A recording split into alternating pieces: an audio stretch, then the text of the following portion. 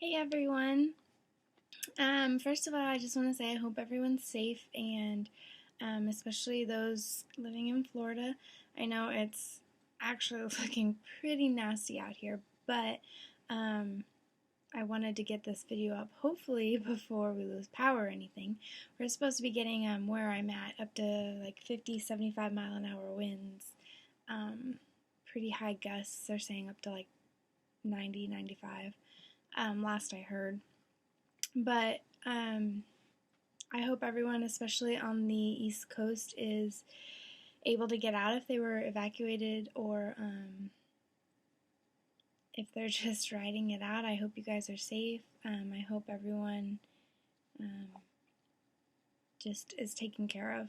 It is looking really bad. I've been seeing videos that like the news is posted, and of course everyone in Florida right now is probably glued to their TV. I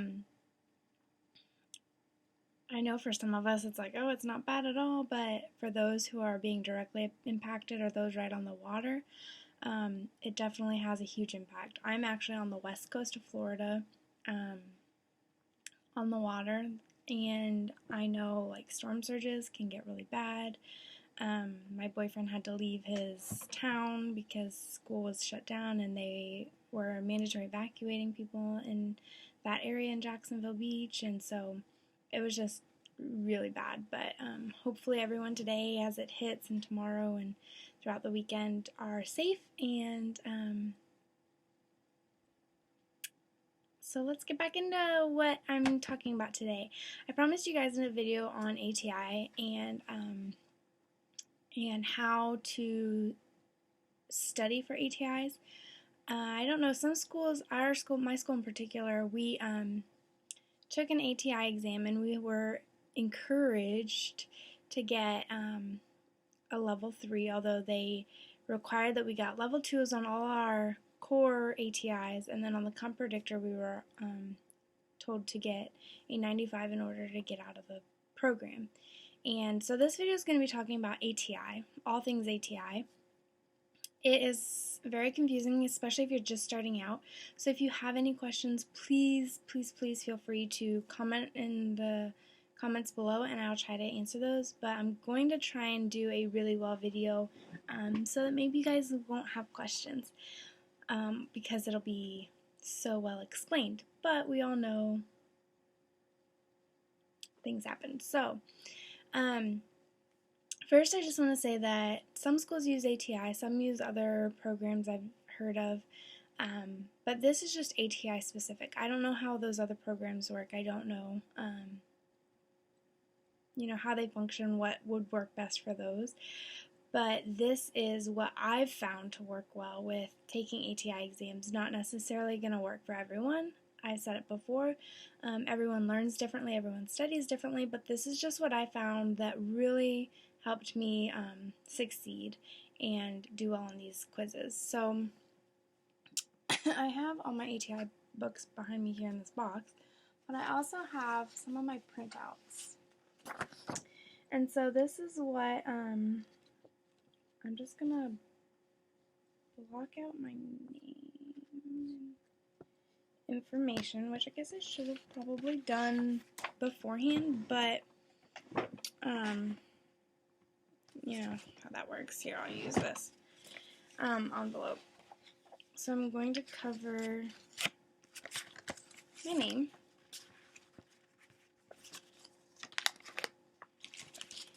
And this is what the printout looks like. Okay, it'll have the ATI that you're taking on the top here.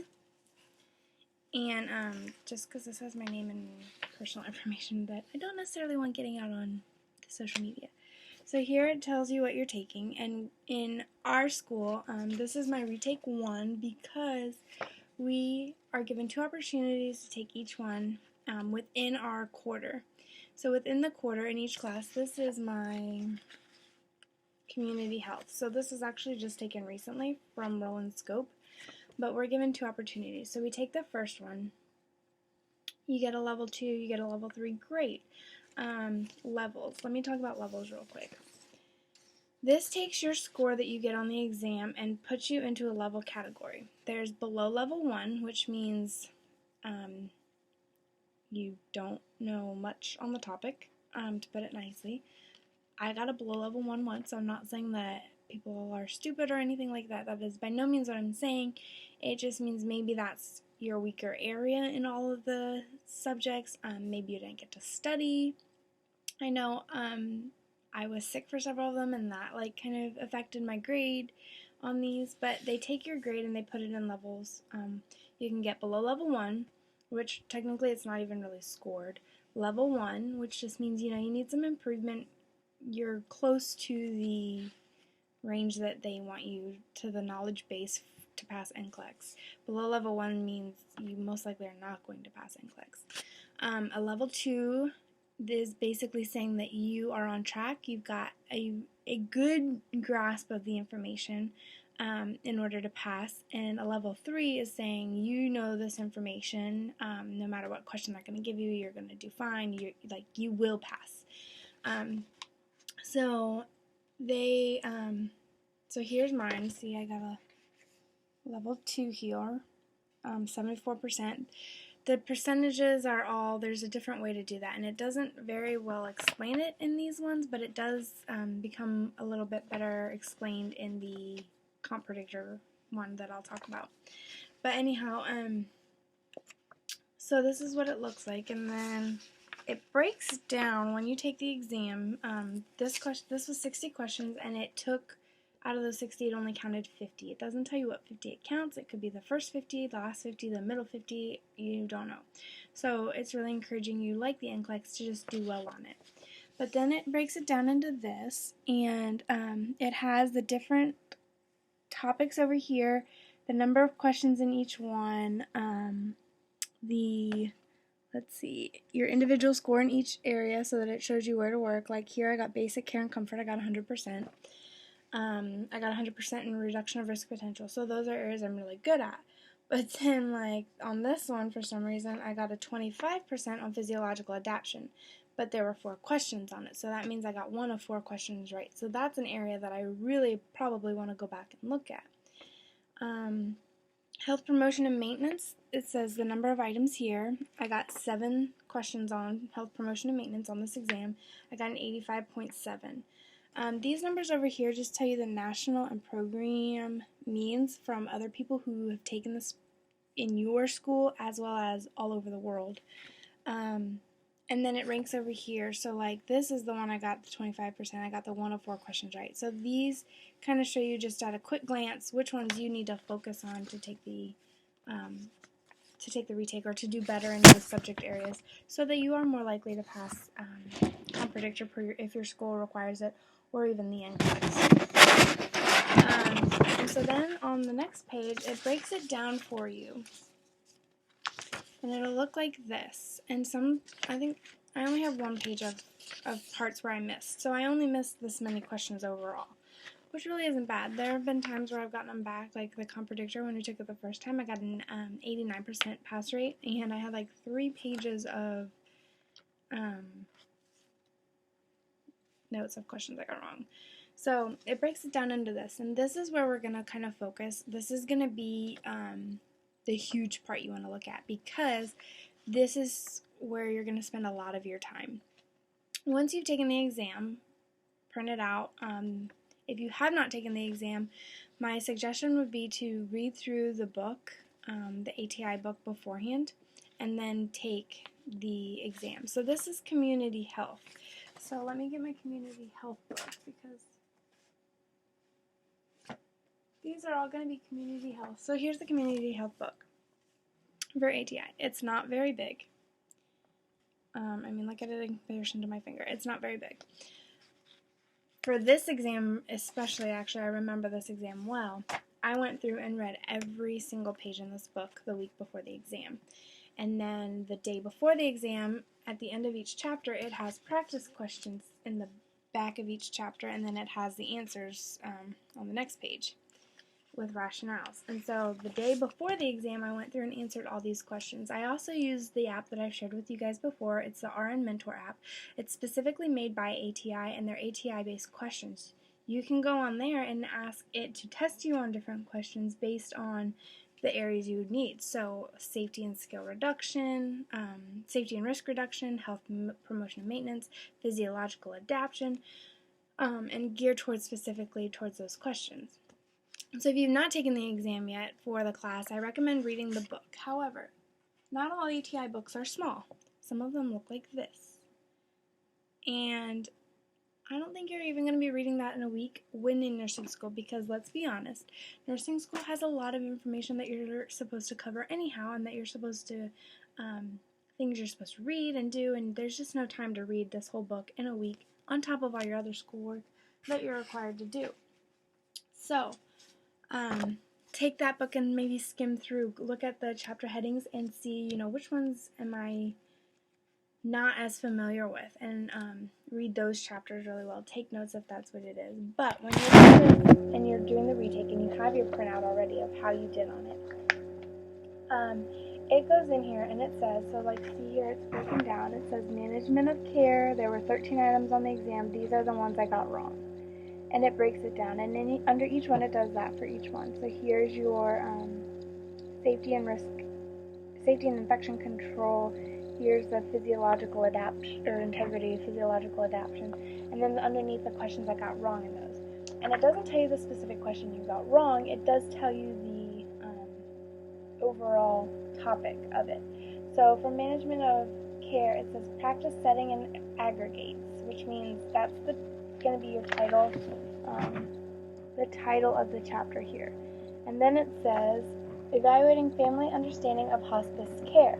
And in parentheses, it'll tell you CH means community health, so it's your community health RN ATI book, chapter 4, and there's templates you can do to help study. I just took my own notes. I didn't use the templates on here. So let's go to chapter 4 here, and here it shows you practice settings and aggregates, and then the topic we got wrong was evaluating family understanding of hospice care. Or not I. So then I'd skim through here until I found hospice care. And I would read those sections and be like, okay, this is what I know about hospice care. This is what I didn't know. I would write down notes that I didn't know. And then I would try and remember what the question was to see maybe where I got it wrong. Was it really I didn't know the information, or was it there were two answers that were really good and I just next time need to go ABC, airway, breathing, circulation, least invasive, most, that kind of thinking towards it. And so that's what I did, and I would go down and I would go through for every single one, and some of them, like this one is providing culturally appropriate care, and it says chapter 2. So in there, that's actually the chapter, I know this already, where it details every cultural and their expectations, how they view dying, their cultural things or rituals that they do when someone's dying, foods that they won't eat, the yin and yang, hot and cold, maybe they won't eat if they're sick or dying, and it has that information. So then I just go through, and that kind of stuff is maybe more I'm just confusing it or mixing it up or a lack of knowledge. So I take those sections, I write my notes, I answer the questions, then I go on to the RN Mentor app and I answer questions on there as well. And any question I get wrong, or maybe any question I didn't know I guessed but I got it right, I go and read those rationales. I read the right ones and the wrong ones because I want to understand why those are wrong, why they're saying that they're wrong. Because ATI is a lot of just reading on how they want you to answer the question. So that's how how I really study for these. Other than that, it's pretty self-explanatory. This is your outcomes. It breaks it down into each one. This broke it down into assessment, analysis and diagnosis, the care plan basically, nursing process and then it has like priority setting. There were 11 items that were priority setting it overall. So it breaks it down even into bigger and different groups to answer questions on. And that's pretty much it for this. So that's how I studied for these ones, if I did have one of these to look at. And if I didn't, I just went ahead and read through the book. I looked at topics that I wasn't familiar with. And that brings us to Comm Predictor. And how I studied for Comm Predictor was very similar, actually, to how I studied for the course exams. I want to cover this up. And it's set up the same way. There are some things that are different. So this is what my Comm Predictor one looks like. And all this is the stuff from the other page that they just bumped up onto this. But here it says I got a 99% probability of passing the NCLEX on the first attempt. But you notice this percentage does not say 99%, and that's because, like all ATI, they grade it differently. And here on the back page of the thing, it breaks down the scoring. So, and it shows you the scale. So for a 99%, that is that you got anywhere from a 77.3 to a 79.3. And so you can see like how close you were. For our school in particular, we needed a 95, which is a 73.3, in order to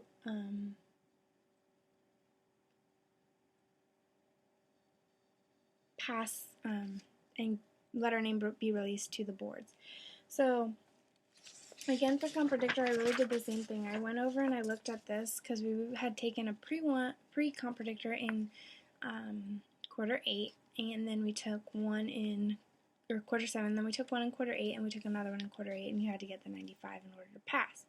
But you did have to take both chances, so you needed a 95 on at least one of them. And so what I did was I took my ones from beforehand that I'd already done, and I went through every single one, and I looked up the topics, and I wrote them down and took notes on them.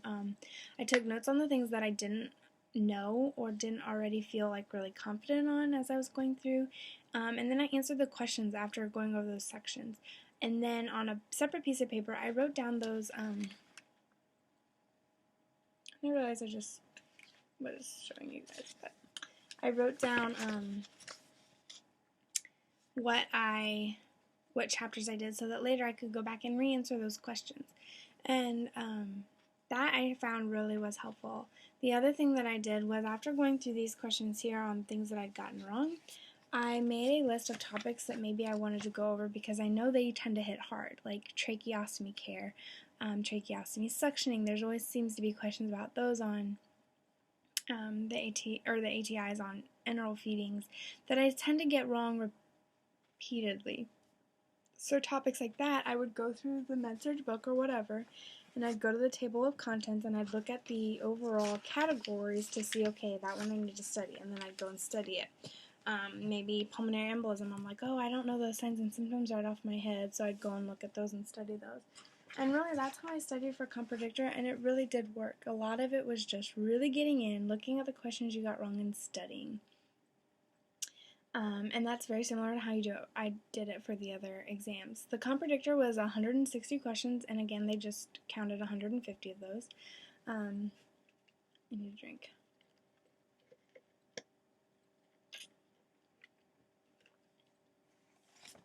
It breaks it down pretty easy for you to follow along with. And I would go and answer the questions on the RN Mentor app, and I would answer it based on these categories that were lower as well. And I would see which category was trending between each exam that I was low in. So, like, for me, it was Psychosocial Integrity.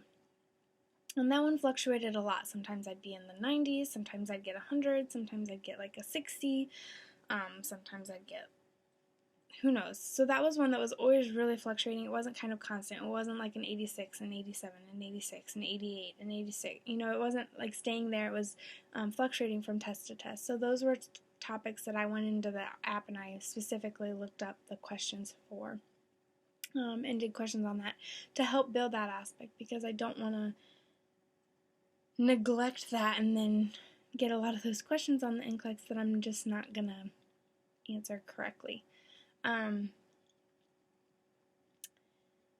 Let me see. The other thing I wanted to tell you guys was to do the practice exams online. If you have an ATI account, you're able to log on and do practice assessments.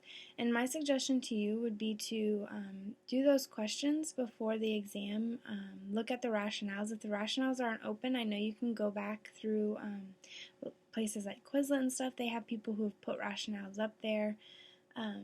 but really just study that information, have it in your brain really well, be able to know and say it, and think through different things like, if the person may be at risk for dehydration, if they may be at risk for shock, etc., because that'll help you in answering the questions when it comes time to taking your Comm Predictor.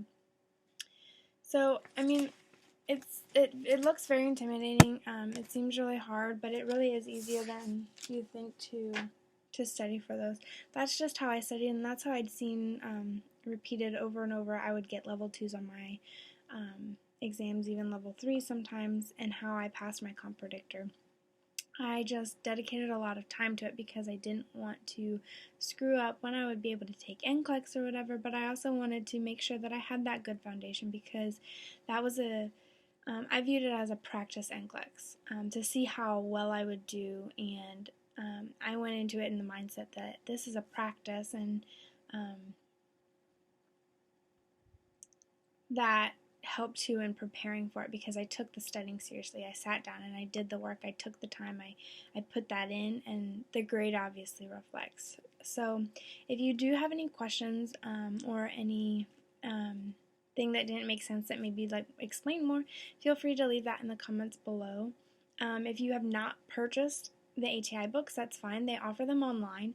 I just personally, I like that hard copy of, like, I can flip the page, I can, take notes or whatever, carry it with me in the car and work on it, when I'm waiting for somebody or if I get to school early and I have time. But I just bought the box set of the hard copies so that I had them to study and to look at and to carry with me. If we didn't have power or something were to happen like that, internet, whatever. But that's how I studied for ATI all through nursing school, how I studied for the Comm Predictor, and it seems to have done well for me. It doesn't mean that it's going to do well for everyone, to each his own. Everyone studies differently, but I know I had people asking how to study, how to break it down, how to do that. And honestly, at first I was just taking an hour a day, and then I moved it up to 3 hours a day where I was just focusing on ATI. And then making sure I answer those questions right before the exam, because on most ATIs that I took, I did see on the exam repeated questions either from the app or from the end of the chapter in the book. And so that really encouraged me to keep going back and looking at those questions and really understanding why the right answer was correct and why the others weren't, because that was able to help me answer other questions, maybe not on that topic, but other topics that were rationalized the same way. So those are my tips, tricks, and hints for all things ATI. If you guys have any questions, please feel free to comment below and I will get back to them and respond as soon as I can. I always look forward to seeing your comments and reading them and reading your encouraging words, and I really enjoy that this is a community that we can encourage one another, because nursing school is not easy. It's hard. It takes time. It takes effort and lots of tears.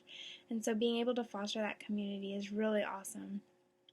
And I appreciate each and every one of you who watch these and who do interact with me through them and ask questions, because it helps others, who see the questions and maybe they had the same question they were wanting to ask or whatever. So if you do have any questions or if anything didn't make sense, please feel free to comment below and I will get back to those comments as soon as I can. And I hope you guys have a great day. I hope everyone stays safe, and I will see you guys soon again with another video. Thanks for watching.